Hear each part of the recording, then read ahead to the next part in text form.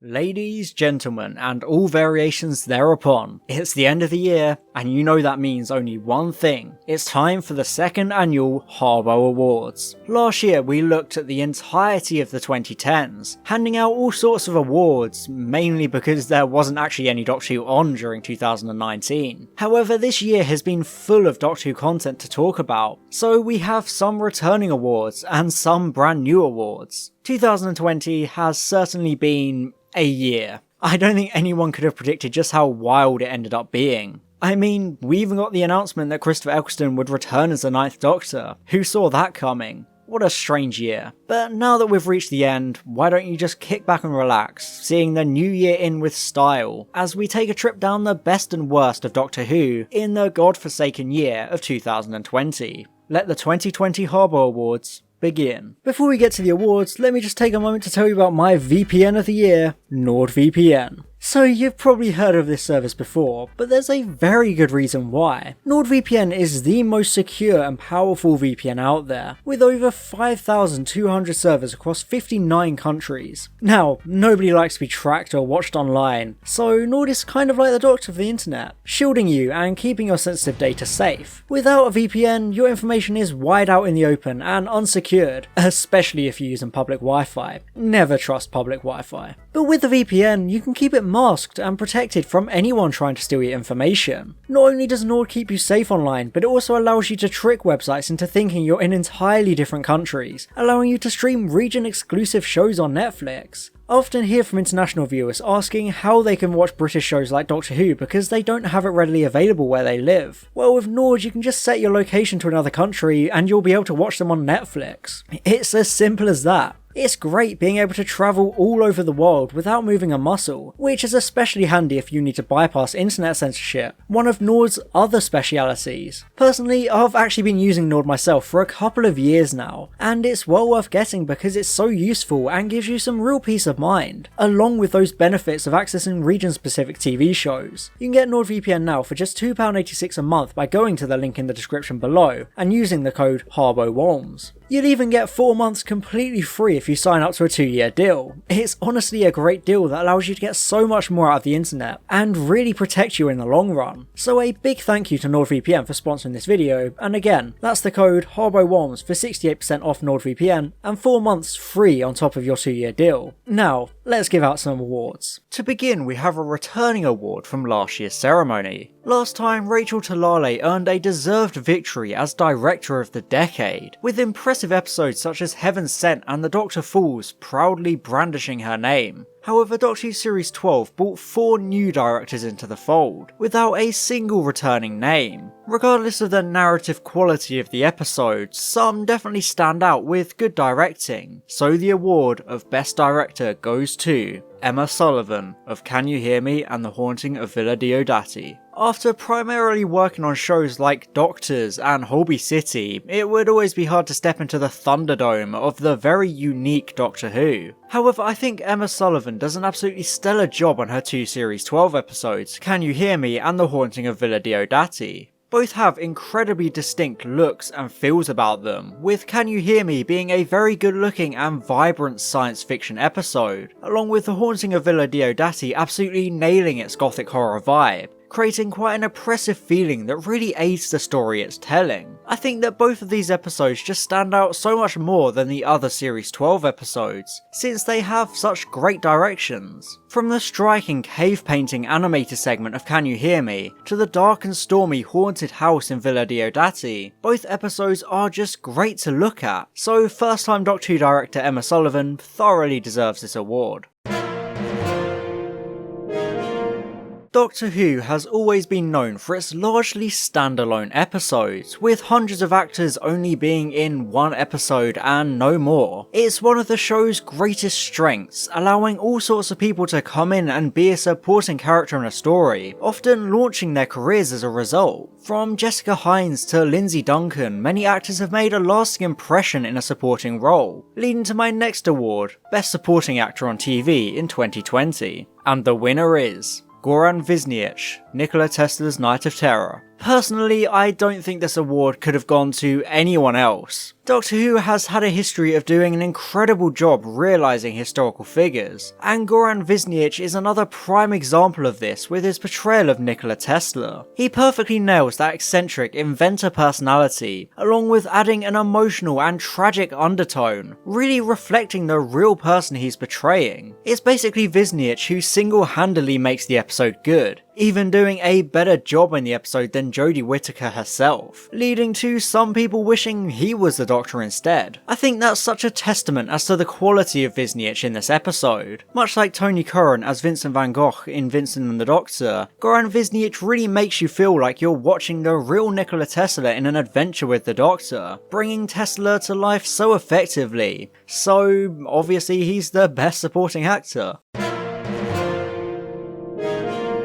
And now we go from the best supporting actor to the most pointless appearance, and the winner is Captain Jack Harkness in Fugitive of the Judoon. Now, this may be a very controversial thing to say, but there was absolutely no reason to have Captain Jack show up in Fugitive of the Judoon. Is it a surprise? Sure, it's definitely unexpected and comes out of the blue, but then it doesn't end up having anything to do with the story in the slightest. He just shows up and makes some jokes before disappearing and basically never being mentioned again. It reeks of shoehorned in fan service since it's something the fans recognise, and they can clap and say, "Oh look, I know what that is." His warning about the lone Cyberman is never explained or justified, like we never understand how he knows about it. It just feels like it's begging the audience to stay invested in the series until we find out what it means. It also doesn't help that the Captain Jack stuff feels so disconnected because it's filmed completely separately from the rest of the episode. It's just jarring and a complete waste of a cameo, meaning it fully deserves this award for most pointless cameo.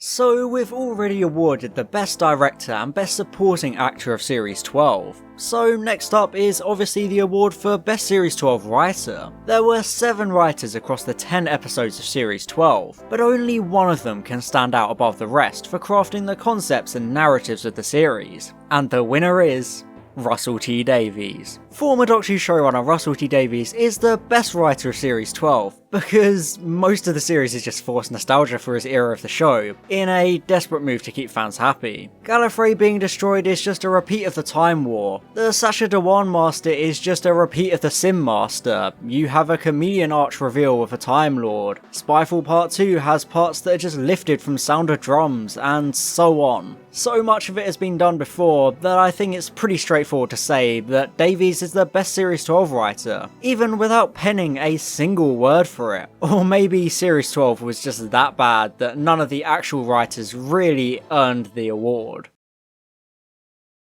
But now it's time to celebrate some level of originality, with another returning award from last year, Best New Villain. Last time, The Silence took home the award for their impressive concept and design after being introduced in The Impossible Astronaut and Day of the Moon. But which new villain of Series 12 made enough of an impact to win the award this time around? Well, the award goes to Zelen and Rakia from Can You Hear Me? This choice might be controversial to some, but I really can't think of another worthy candidate from the series. Multiple episodes had past villains returning, and the ones that introduced new villains didn't really do a good job with them. Zelen and Rakia though were a very interesting presence during Can You Hear Me? Zelen was especially good, with a sinister aura around him. I think that he goes beyond being just Doctor Who's Freddy Krueger, and instead proves himself as a credible, creepy threat with a long history. The concept of the pair is really good, which I think does a lot to carry the story, along with providing a commentary of the Doctor's lifestyle by exploring how immortals entertain themselves. I just don't think any of the other villains allow the same level of creativity or narrative potential, so Zelen and Rakia stand out above the others. I mean, who else would I give it to? B-Tech Rachnos over there. Speaking of Series 12 villains, 2020 was a very big year for the Cybermen. The Cybermen have been my favourite Doctor Who villain for quite a while now, with their concept allowing for more exploration and commentary than the Daleks. But 2020 was a rare year where there was a significant focus on my favourite metal boys, so I thought, why not give an award for the Cyberman of the Year? and the nominees are Ashad the Lone Cyberman, the Cyber Drones, the Cyber Guards, Cyber Warriors, Cybermasters, and the winner is the Squatting Cyberman from the Return of the Cybermen cover.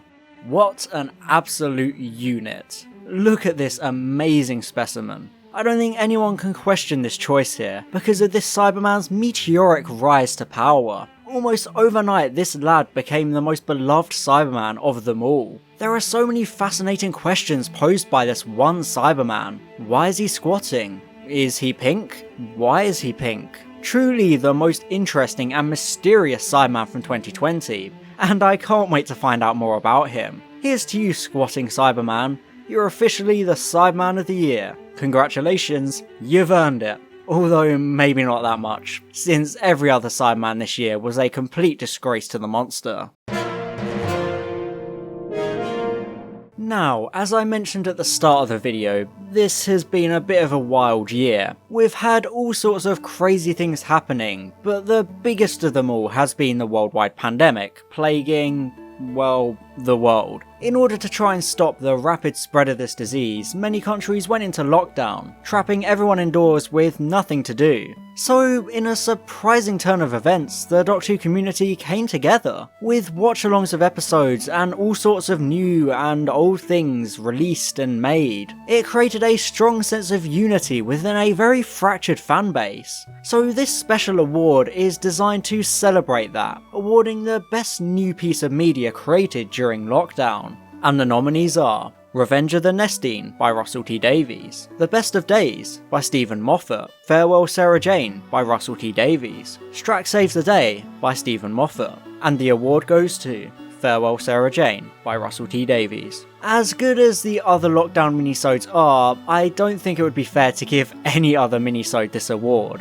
There's just something so special about Farewell Sarah Jane. I don't really talk about Sarah Jane or the Sarah Jane adventures on this channel, but that's because I grew up with the show and the character. So I have a very deep emotional connection with Sarah Jane as a character, which makes it hard to talk about. So when this minisode was released, it's safe to say I was a blubbering wreck. It was so nice to see so many of the actors return for short cameos, each saying their own part and essentially serving as a tribute from the actors as well, not just their characters. It was such a lovely send-off to such a popular character, along with revealing new futures for characters such as Nyssa, who is now officially our pansexual queen since she's coupled up with Tegan. I just think it's the perfect lockdown minisode, a wonderful tribute to Sarah Jane and Elizabeth Sladen. Admittedly, I don't like that they acknowledge the character's death, but I do appreciate that they left it open to the imagination at the end of the video. If you haven't already seen Farewell Sarah Jane, you definitely have to check it out, but make sure you have tissues handy because it will make you emotional. Okay, so now we're getting down to the nitty gritty. We've had our fun, we've made our jokes, and now we have some of the biggest awards to give out, starting with the worst 13th Doctor episode, which was awarded last year to the Battle of Ranskorav Kolos. This year has seen 11 more 13th Doctor episodes dumped on the floor in a heap. And surprisingly enough, there was an episode that managed to outdo that one by being even worse. And the nominees for worst 13th Doctor episode in 2020 are Praxeus, Orphan 55, The Timeless Children, Spyfall Part 1. And the worst 13th Doctor episode of the year is The Timeless Children by Chris Chibnall. Yes, in the least surprising reveal since Captain Jack in Revolution of the Daleks, The Timeless Children wins worst episode. I bet you lost your mind at how unexpected that was. The Timeless Children is hands down one of the absolute worst episodes in the show's entire history. Not only does it make the Doctor a mysterious god from another universe that gave birth to the entire Time Lord race and civilization, being the source of their entire social structure and belief system, but it also does it in the most boring and uninteresting way possible. The entire episode feels like an audiobook read by the Master, as he just narrates and spews out exposition again and again. It's just so painful to watch. There are so many baffling decisions and things that make no sense, such as the Doctor just running away to let a guy blow himself up to save the day. Then there are the hilariously bad looking Cybermasters who can regenerate, but then just get wiped out anyway. This is an episode that's supposed to change everything we know about our main character. An episode that really shakes things up and leaves the audience breathless. But it was just executed so poorly. I don't think I can name a single part about the Timeless Children that I like. It's just that bad in my opinion, so it fully deserves to take the mantle of worst 13th Doctor story of the year. But with most worst things, there are best things to counteract it. And in this case, there is a best 13th Doctor episode of 2020, although you'll be forgiven for thinking that's not possible. But I gave one out last year, and I would probably say this year actually had more episodes to pick from when deciding the best. Although, to be honest, anything is an improvement over the single choice there was last time. So with that said, here are the nominees for Best 13th Doctor Episode of 2020. The Haunting of Villa Diodati, Can You Hear Me?, Nikola Tesla's Night of Terror, and the award goes to Nikola Tesla's Night of Terror by Nina METIVIER. Series 12 was definitely a controversial series among fans, including some who believe it was actually worse than Series 11 before it. Indeed, I had a very hard time enjoying the majority of episodes in Series 12. However, if I had to pick one episode that gave me a semblance of the comfy, sci-fi romp vibe I had come to love about Doctor Who, I would pick Nikola Tesla's Night of Terror, and so would a lot of you according to an official Harbo Awards poll I conducted on my Discord server. With Tesla's Night of Terror the runaway winner, I feel like this is justified because it simply feels like Doctor Who should feel. The setting and the characters are well realised, the alien scheme is understandable, and the story delivers well on its celebrity historical premise, characterising Tesla really well and just feeling fun and enjoyable to watch, even if the monsters are very visually similar to the Rachnos. And no, I will never let that go. Even though it would probably just be a middling episode in previous eras, Nikola Tesla's Night of Terror is the exact kind of episode we need more of during the Chibnall and Whittaker era. In fact, I'd probably say it's the best episode from both Series 11 and Series 12. So I feel comfortable giving it the award for Best 13th Doctor episode in 2020, and probably also total. Let's just hope Edison doesn't try to steal it and pass it off as his own. Even though this award was mainly designed for last year's End of Decade awards, I feel like I should bring it back for consistency. Last time Clara won it convincingly, but this year's candidates are far from convincing, because, well, they're Chibnall era companions. So they have about as much character as that one plank from Ed, Ed and Eddie. Actually, no, I'm sorry, that was a bit harsh. Plank actually has more character than they do. So, despite that, the winner of Best Companion 2020 is Graham, played by Bradley Walsh. I mean, would anyone else have really had a chance to win this? I don't think so. Ryan and Yaz are so lacking in a personality that Graham is infinitely more interesting just by being there. I genuinely can't think of anything significant that Yaz did in Series 12. And all Ryan did was throw a bomb like a basketball across a field and completely defy physics to do so. Therefore, almost by the process of elimination, Graham wins this award. Please Chibnall, just make your companions more interesting. Please. They're just so bad. And here we are at the end, the biggest award of them all, Best Doctor. Now you may think, hang on a minute, how does that work? There have only been 2 on screen this year. But to that, I would like to remind you that the Timeless Children had every Doctor on screen in flashbacks, so it's anything goes. So the Best Doctor award for 2020 goes to the 8th Doctor, played by Paul McGann. You know I had to do it. I couldn't resist. Yes, the 8th Doctor is the greatest Doctor of the year, but actually, not without precedent. He appeared in acclaimed stories like the Time War Volume 4 box set and the War Master Hearts of Darkness box set. He also appeared in Stranded, Susan's War and Time Lord Victorious, so he's been a busy boy as usual. In fact, he's had more stories this year than the 13th Doctor, and he's just the best. I think the 8th Doctor is the perfect combination of everything that makes the modern incarnations of the Doctor so good, since he's a natural bridge between classic Who Doctors and new Who Doctors. The best of both worlds, so to speak. I honestly feel like diving into his stories full throttle this year was one of the best decisions I've ever made as a Doctor Who fan, because I found myself actually genuinely enjoying Doctor Who again, for the first time in a very long time. He was a whole new incarnation for me to discover, and I just think that makes him the perfect winner for Best Doctor of 2020. So keep doing what you're doing, 8th Doctor. It's all about that McGann Gang life. Hashtag McGann Gang. And, well, there we have it. That was the Harbo Awards for the best and worst of Doctor Who in 2020. It's certainly been a bit of a crazy year, and 2021 will be just as difficult, since only coding problems magically disappear when a number changes from a 0 to a 1. But even though 2020 was a wild, unpredictable and tragic year, it brought us all together in a way, even though we were further apart than ever. Things like Doctor Who Lockdown galvanised the fanbase after the polarising Series 12, and created a sense of unity we haven't had for quite a while now. And lastly, 2020 gave me the best gift ever, you guys. When I started this year, I was still under 1,000 subscribers. I'd just lost my job and I didn't have any motivation to pick myself up each day. But this channel kept me going, and now look at where we are. 23,000 subscribers. I would never have believed that on January 1st, 2020, but here we are almost 365 days later on December 31st, 2020, and that's where I am. It's thanks to all of you that I've been able to make my best content on this channel, with your support driving me to constantly improve and strive for more. So, thank you.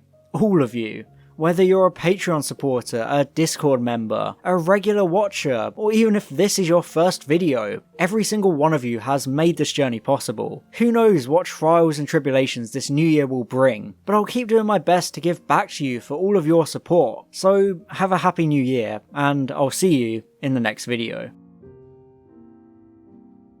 And I'd like to give a special thank you to my gold level patrons, Albrecht Erb, Mark Hippoldguy Taylor, and Stephnick Nevin Miller. Thank you a lot for your support.